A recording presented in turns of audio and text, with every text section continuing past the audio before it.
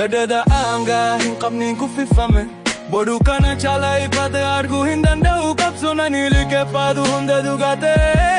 kana kaala liqimsuu rakkisaa miti jireenyi bummardaa akkasumas gadi bu'aa natti daaga'ama waan akka garuu ani dhangala'aa keessatti qabamee jira dhukkubii harka koo irratti hafuurri fakkeessa jiru qofa himimaa ija koo keessa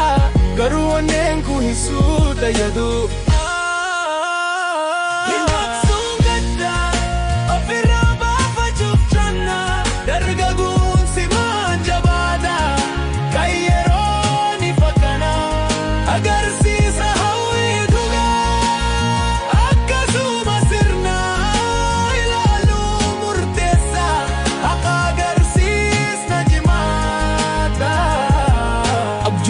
Keessa ifa sana ari'aa jira garuu tarkaanfiin fuulduratti fudhatamu hundi akka loolaatti natti dhagahamaa halkan akkas dukkanaa garuu nan ka'a ibidda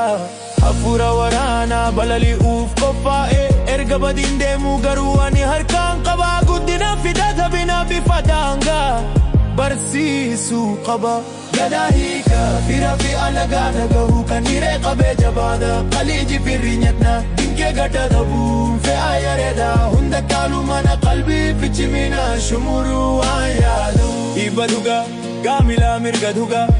jaalalaaf qabsaa biyyi keenya haaromsa namuu of keessa barnalee yaada haariyaa guutu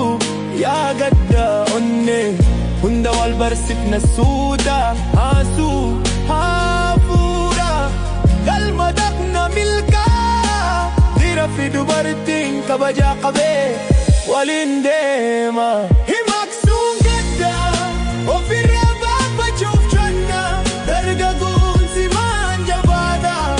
kan yeroon ifa kana